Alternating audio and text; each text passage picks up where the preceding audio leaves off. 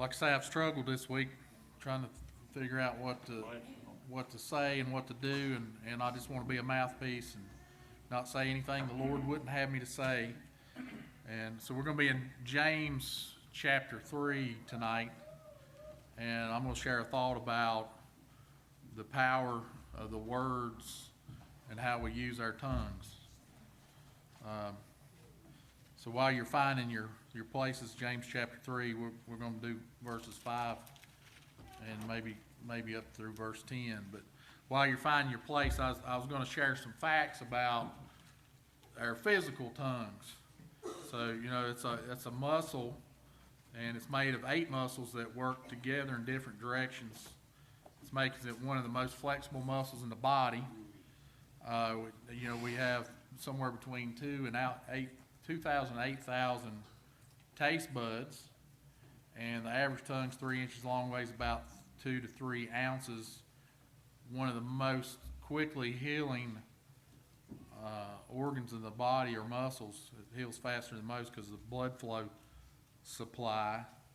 But what I'm going to focus on more so with the help of the text from James is the spiritual and metaphorical facts about the tongue and how our tongues can cause great destruction or great blessings, small but powerful like a fire. And Proverbs in the scripture, we'll look some there and through Luke, and the tongue reflects our heart. So you're going to speak what's in your heart. And you're going to have to tame the tongue and the flesh. And we'll talk through some of that. But the tongue in the physical sense is untamable by human effort. One interesting fact that I found that I didn't know about our physical tongue is like a fingerprint. Everybody's tongue is different. And I think that's very important when you look at the context of how James talks about the tongue, and each one of us are unique. It's like a fingerprint, if you will. So we all have control over that because it is unique to us. So I'm excited to kind of get into the word here. And so James chapter 3, verse 5 is where I'll begin. I'm going to read down through 10. So verse 5 reads, "Even so the tongue is a little member, and boasteth great things. Behold, how great a matter a little fire kindleth. And the tongue is a fire, a world of iniquity.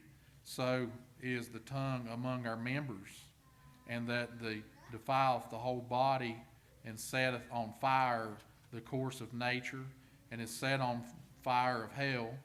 And every kind of beast, and of birds, and of serpents, and of things in the sea is tamed, and hath been tamed of mankind.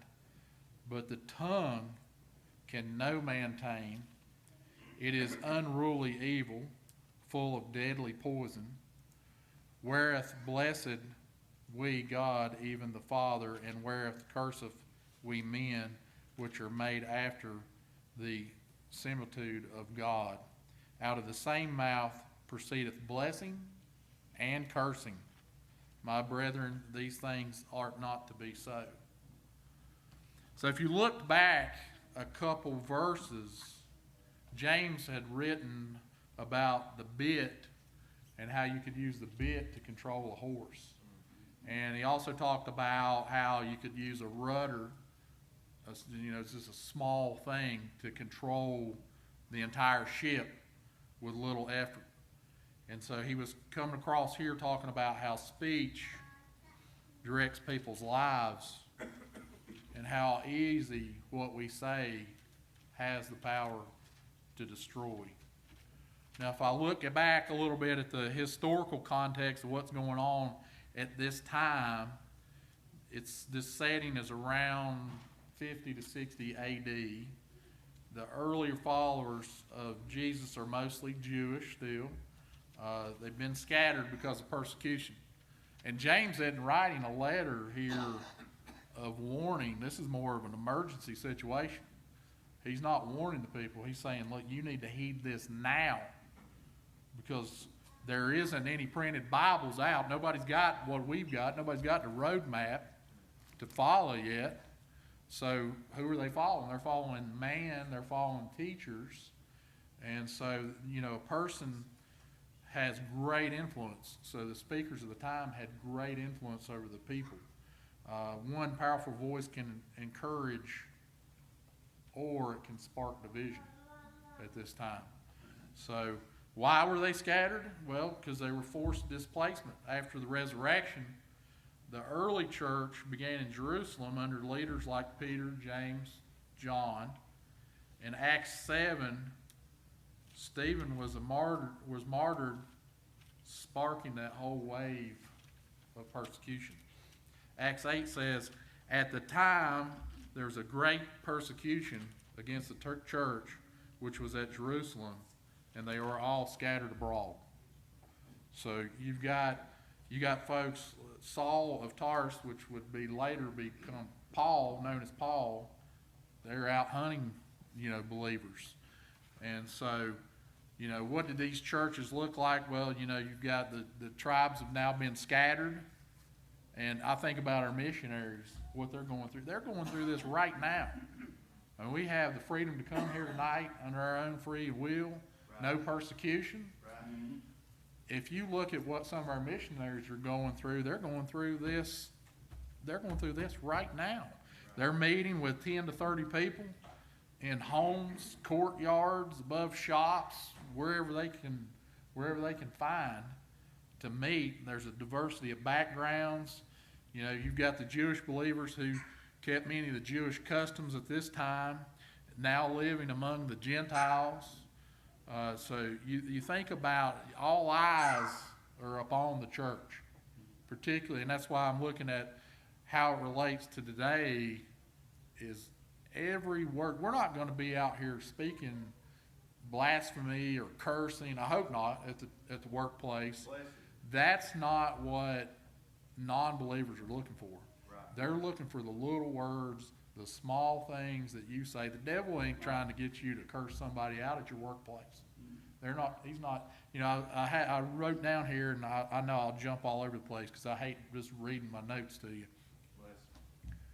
One angry word at home or one angry word at the workplace, that's all it takes. Yeah, that's all it takes.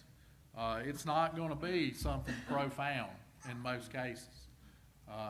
And that, you know, that's just what we. So the problem that James saw was he was hearing reports of petty little arguments that were starting to spin out of control. He was hearing of gossip and slander, believers tearing down each other. You know, they're overconfident teachers, people who were eager to lead with no spiritual maturity, using their position to gain influence over people. You know, if you were a teacher at the time, you had a lot of power to influence people, right or wrong. You know, it's like a herd of wildebeest. You know, if you jump over the cliff, they all going over the cliff.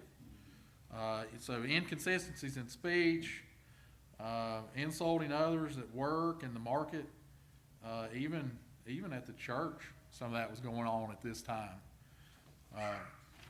So James, if you look at verses 5 and 6, he's talking about this fire.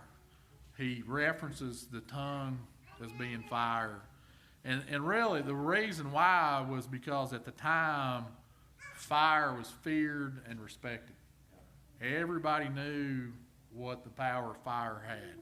A single spark could destroy an entire village. And there he says, James isn't being poetic here. He's trying to sound the alarm. Careless words in small, scattered, persecuted church could burn everything they had built. I found this, I kind of clung to this word fire a little bit and started thinking about fires, and so I did a little online research about great fires in the United States.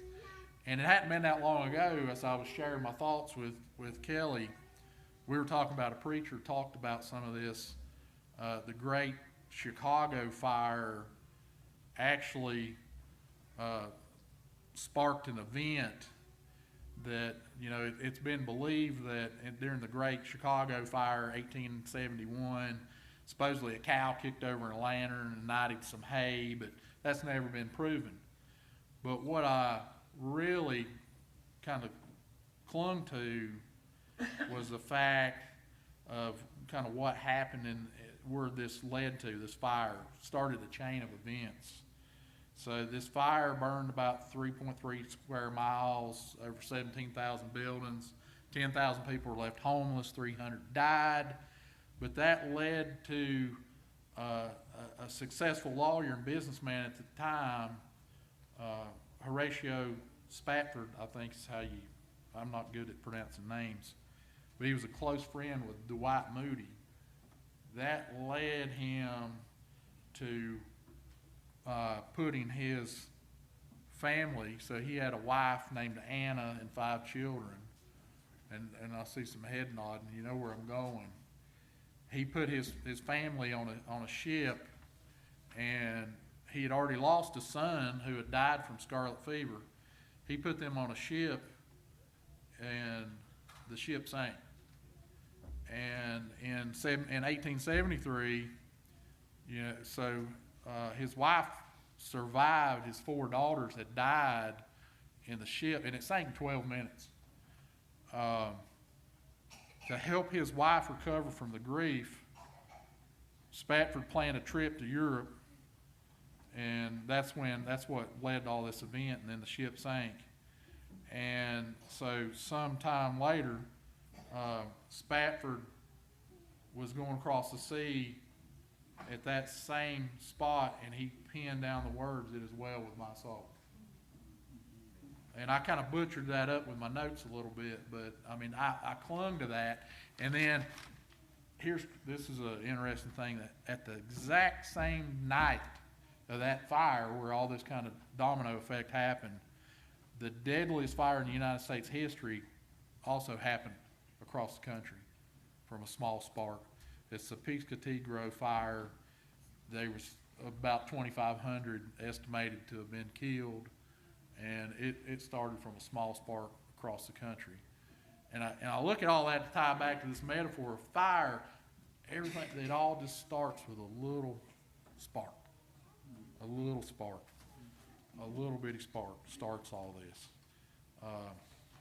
And so, the connection there with the hymn, of course, we all know that, is words bless God and strengthen others in the middle of suffering, rather than letting pain unleash destructive speech. How many people do we know that lift up the Lord no matter what? I thought about, when I was kind of going through my notes and studying, I thought about Brother Christopher Cox and the message that he brought to us about being bitter. How much easier is it to be bitter? I think about folks in my workplace and how what do I say to them? Because I know they're watching me, so that they don't think that I'm being bitter or that I'm trying to get something started. Because it all starts so small, so small, and that's where I'll lead into there again. I'm still in there in the beginning, verses 5 and 6. The influence of the tongue, how our tongue influences others. Think about this. Have you seen words spread like fire for good and for harm? 2 accounts in the Bible is one, think about when Moses sent the 12 to explore Canaan, and they returned and they gave the message, gave the report, the land has giants. We cannot win. We'll be destroyed. That word spread so quickly through the Israelite camps. Caught on like a wildfire. Much of the community wept, rebelled against Moses, even talked about going back to Egypt. What happened? They spent 40 years wandering around. Spent 40 years wandering around. But then, let's look at the good. Look at in Acts, we see where Peter preached the gospel, and the Spirit filled the word rapidly. 3,000 people saved in a single day. Look at what's going on out here in Glendale, or where they're having that youth revival, and they just keep extending it. Ain't that something? It's spreading. It's spreading. It's ignited, and I just hope that continues with those folks and those young people. What about the danger of the tongue? In Genesis, we saw where, and I'll just read this right quick. Genesis 3, 1 through 5. Now the serpent was more subtle than any beast of the field, which the Lord God had made. And he said unto the woman, Ye hath God said, Ye shall not eat of the tree of the garden?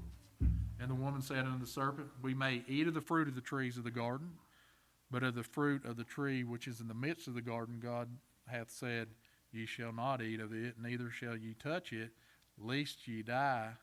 And the serpent said unto the woman, Ye shall surely not die. For God doeth know that in the day ye eat of, then your eyes shall be opened, and ye shall be as good as gods, knowing of good and evil.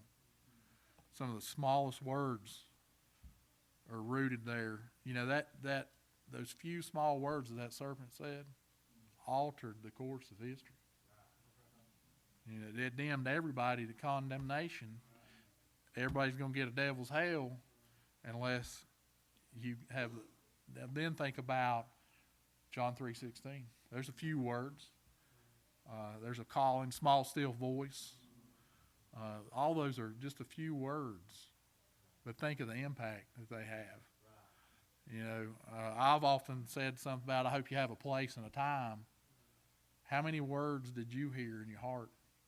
I didn't hear very many.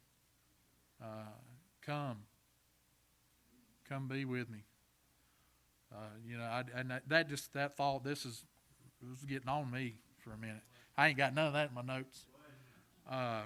That's good. You know, think about that for a minute. When he knocked on your heart, how many words was said? Maybe no words were said. You know, think about Eve's response. He opened the door to sin. Misuse of the tongue can lead to spiritual and communal ruin. You know, think about how you're going to use your tongue and the words you say. What about the inconsistency in the tongue? You know, here's something that I wrote down to think about. Why is it easier to speak kindly in church than in stressful moments outside of it? Why do we speak any differently than we do in here? Is it spiritual atmosphere? Is it because we're with brothers and sisters that are like-minded? Shouldn't we be sharing that out in the community, in the workplace? Is it a social expectation? Is that why we're acting more godly in here than we are out at Walmart? Is it emotional regulation? You know, do we have to act spiritual in here, or are you truly feeling something? You know, do you feel accountable? You're not accountable to any one of us. And we hear many people stand here and say this. You're not accountable to me or Brother Caleb or the deacons of the church. You're only accountable to our Lord and Savior. You can use words to deceive us all you want. And I hope you're not. Because if you are, you need to find yourself up here on this altar or in your prayer closet at home figuring it out. The bottom line I've got here is about, you know, it's really about self-control. It's the heart's environment. You know, I think if you got a godly heart, you're going to portray that, whether it's in the workplace. It's easy in here. It is so easy in here.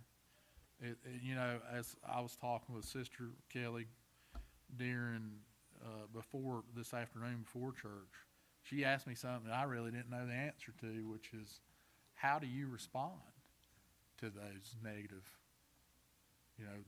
comments in the workplace, negative comments on social media. Social media is the worst. Social media is absolutely the worst. So I've got one of the things I thought about was think about what you say. Take 3 seconds, pray to God, say a quick prayer. How do I respond to this? Because the problem is, particularly in social media, and I'm like Phil, I don't have a Facebook account. Sometimes I use Kelly's and stalk people and to see what they're doing and what they're saying. But, it doesn't matter if it's true or not. Particularly the untruths seem to spread more than the truth. But if you'll take a moment and respond respectfully, and I think recently even our church had a little thing about the local graveyard. Response was phenomenal to that, by the way. But you speak the truth, you be respectful, you be courteous, you invite that other party to have a respectful, meaningful conversation. Just remember, the words you say don't need to be big. Small and powerful is better if your heart and mind is aligned with God. Don't let raw emotion get in the way. You can get into we always joke around about intense moment of fellowship. Well, it's easy to get drawn into that. Step back just a minute and let the words of God fill your heart. Luke 6:45 says, "A good man out of the good treasure of his heart bringeth forth that which is good. And an evil man out of the evil treasure of his heart bringeth forth which is evil. For the abundance of the heart his mouth speaketh." What's in your heart's going to come out whether you like it or not. What's in your heart's going to come out. Speak words that edify. And I actually had a friend of mine say this from Winston-Salem, say this to me on the phone today, and I've heard it many other times. If you don't have something good to say, don't say it at all. Just don't say it. Don't say it. James 3 is all about the tongue can bless or curse. It's the fire waiting to ignite, for good or bad. Good or bad. You can use it for good just as easy. In Ephesians, Paul instructs believers to avoid corruptive words and instead speak those edifying words full of grace. What was we said on right before church? Loose lips sink ships. Yeah, I hadn't heard that in a long time, but it's true. Yeah, it is true. So, practice silence when tempted. Proverbs 17:28. Even a fool, when he holdeth his peace, is counted wise, and he that shutteth his lips is esteemed a man of understanding. There's a great connection here between all this. James 3 is, like we said, we can ignite, can control. In Luke, we talked about words can flow from the heart. The heart's your treasure. Speak only words that edify. In Proverbs, sometimes the wisest course is silence, letting resilience demonstrate understanding. Like I say, I feel like a lot of this maybe was for me. I feel like that I speak nicely, I speak gently. I need to do better. Where I fail probably the most is at my own home. I put on a good front. It's because it's easy to do. I love the Lord. I love God. And I could do better at home. And just being honest and raw here. And I just hope that God will help me do that. And like I say, I think this message is for me more than anybody here, potentially. And it's not that I'm bad or any of us are bad, but it's that one word. It goes back to what I said, one angry word at home, one angry word at work. That's all it takes. Because everybody's watching every one of us. And so they're just looking for that one little thing to say. I see on Facebook sometimes where somebody will say a comment, and they'll say, well, you're wearing a shirt that says, I love Jesus. How could you say something like that? You know, it doesn't take much. You know, Matthew 12:34 says, out of the abundance of the heart, the mouth speaketh. Your mouth's the mirror of your heart. By cultivating a full heart of God's goodness, peace, and wisdom, your words become a source of life and not destruction, reflecting Jesus Christ in every interaction you have. I think what'll happen, what you'll find, what I've found, is in the workplace, I got a lot of godly people coming around wanting to talk about godly things. And I found myself, and I need to interject myself more with folks who are negative to try to be a positive light. But it sure does feel good to have a group of people that you can get around and get you feeling good. Just like coming here on Wednesday night, Sunday night. If you ain't got a group of people at work, it sounds like Carol does. I may have to get me a job over at the town. So they got a good group of people that are thinking about godly things and doing godly things over there. That's all I've got. That's a kind of feel. I'll open the floor. Words, testimony. I feel unworthy to be up here. I really do, but I appreciate you enduring and at least looking like you're engaged. Don't say any words about me.